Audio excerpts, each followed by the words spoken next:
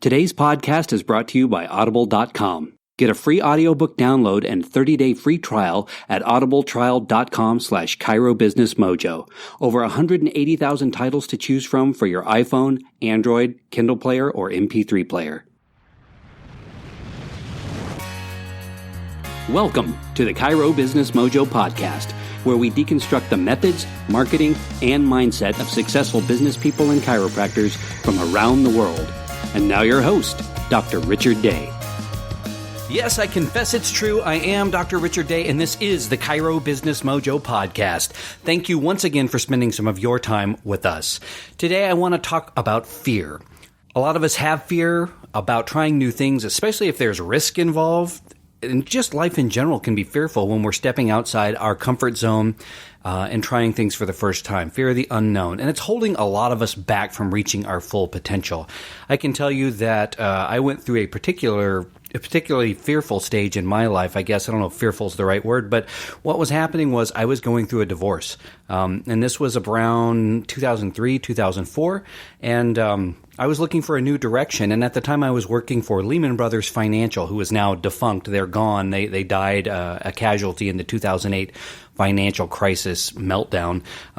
But prior to that, I had a really good paying job. I enjoyed the job. But I knew for the long term I was not going to be happy working for corporate America, sitting in a cubicle. It just wasn't right for me, and I had always been searching for a way out of that. And through chiropractic, that opportunity to go to school, come out with a doctorate degree, and then become a business owner for myself was really something I wanted to do. But there was no chiropractic school in Colorado. Well, I take that back. There was one that was opening up. So I had gone and I had toured it. The campus was beautiful. It had been recently renovated, but they weren't accredited. But they said, don't worry about it. We will soon be accredited. There are already students attending and everything like that. So I toured the campus and thought, hey, this is going to be great. And then I got a letter in the mail saying, nope, looks like we won't be accredited, so you'll have to find another place to go. Here is a list of potential schools. And I ended up choosing Cleveland Chiropractic in Kansas City, Missouri, but didn't know a soul in Kansas City, Missouri. And going through a divorce, like I said, I thought, well, what do I do? Do I give up this chiropractic dream, or do I go for it? And I decided to go for it. And there was a lot of fear involved with that. You know, I don't know anybody in Kansas City, I was thinking. I don't know about going into this much debt for money I don't really have. I had some debt from the marriage and things like that. So I had a lot of fear. And I just thought to myself, I've got to go.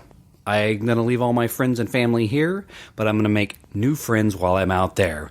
And I'm sure I'll look back on this once I've completed it as something that was very tough that I overcame. But I got to tell you, it was probably the scariest thing I've ever done in my life. So I can definitely relate to overcoming fear. And I think really I was just sort of in shell shocked from the divorce that was going on, and it was a perfect time for me to just go a completely different direction. So I jumped off the cliff, and everything worked out. But if you're in a position right now where you are fearful and you maybe need to jump off of that cliff and really make a change or do something different in your practice or in your life, hopefully some of these tips can help you. So I know, again, from personal experience, we have an inner voice, and from a small kid, a lot of us are told things that are negative.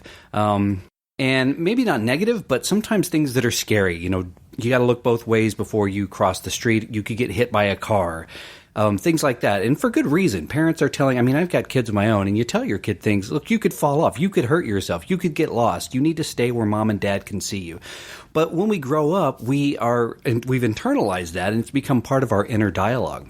And we are continually telling ourselves, well, what could go wrong? And it's also part of being smart, risk assessment. You have to ask what could possibly go wrong here. The difference is that life is just not safe, and there aren't guarantees, and you want to make very good decisions and take calculated risks. And that's, I think, where some people get stuck and they don't go forward. So we need to rewire our brains and get rid of that negative reinforcement. How do we do that? Well, I've talked about it before, and I've had guests on the show talk about it. Positive affirmations. Write it down. can be a sentence, it can be several sentences, it can be a paragraph, but you're going to look at it and you're going to read it over and over. And I recommend you make different copies of it. Put copies around in your house. Put one on the bathroom mirror, put one next to your computer monitor, on your desk, wherever it happens to be. But you're going to want to look at that and read it either aloud. I suggest you do it aloud. Tony Robbins really recommends that. But just read it, think about it, and process it. Because the idea is you want to replace what's going on in your head, that inner dialogue, with something better, a better message. Another thing you can do is read inspirational books. There's certainly no shortage of that type of material out there. I suggest you seek it out. We review them regularly on this show if you're looking for title ideas, but there's a lot to choose from, so check those out and start reading them right away. And lastly, another way to revive your brain, and this can be a tough one, is take a look at who you are associating with. Jim Rome said, "You are the average of the 5 people you spend the most time with." And if you aren't spending time with the people who are on the same page as you are in terms of wanting to get things out of life, or are they negative Nancy's, or I don't know if you remember on SNL a few years back, but there was Debbie Downer. Wah, wah, wah. All the reasons why you shouldn't do something. Those aren't the kind of people you want to surround yourself. So look at that crowd, even if you are close friends with them, and find a way to have an exit strategy and withdraw from those relationships, or certainly reduce your amount of time with those folks and start spending your time in the winner's circle. The next thing you want to do is turn your fear into action through planning. So you need to really take an inventory of what it is you are afraid of. If you aren't able to identify that right away, start doing this. Some of us, it jumps right out at us if it's real obvious, but if not, really think about it and maybe make a list of what you're the most afraid of, and then start coming up with a plan to address those things. And this needs to be a detailed plan of how you are going to take action, what could potentially go wrong, and how you will deal with those things. And some of them, just by writing them out, you might find out they aren't even that significant. Others you won't know until you are working the plan, and you will see that they maybe aren't that significant. And if they are significant, at least you have got a plan to fall back on when those things, if those things do occur.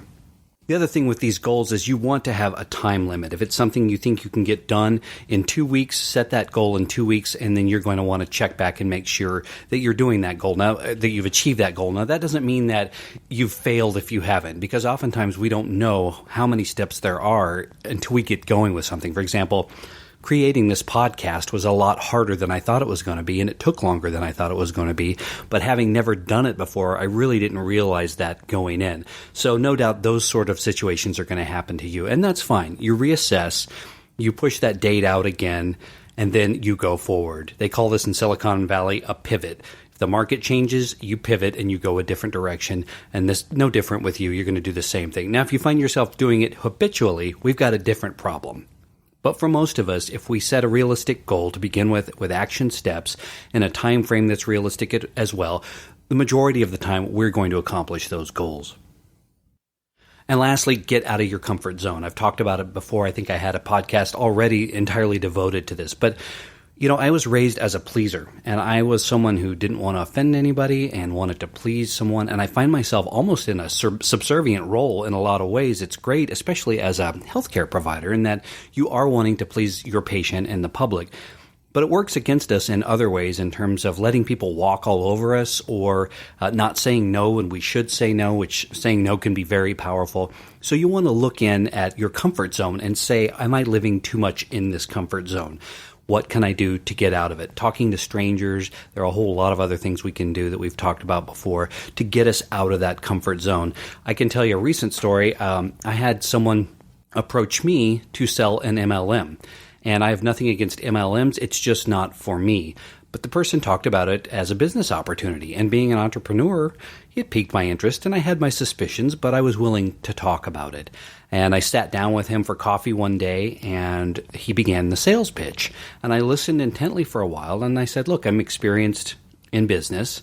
I don't give a whole lot of time freely to others. I'm giving you my time. I need to know a few things. I need to know the name of your company. And he wouldn't give me the name of the company. I said, this may be the only shot you get. And he said, I'm fine with that. But a couple of things. The old me, the younger, timid me, would not have done that. I would have sat there for another hour and just listen politely, even though I thought I'm never going to do this. And I'm much quicker to get to know than I was in my younger years. And I'll think things in my head. I was in this conversation with this particular person, and the difference now is I say them. And I don't intend to be rude. I intend to be direct. And I was. And on the flip side, I will tell you that this guy, he was probably 22 years old and was very bold in how he spoke to me, very respectful, not rude at all, but he was firm and direct. It's a quality I wish I would have had when I were younger. So do the things you need to do to challenge yourself to get out of your comfort zone, because this was an uncomfortable conversation at certain points between me and this other person.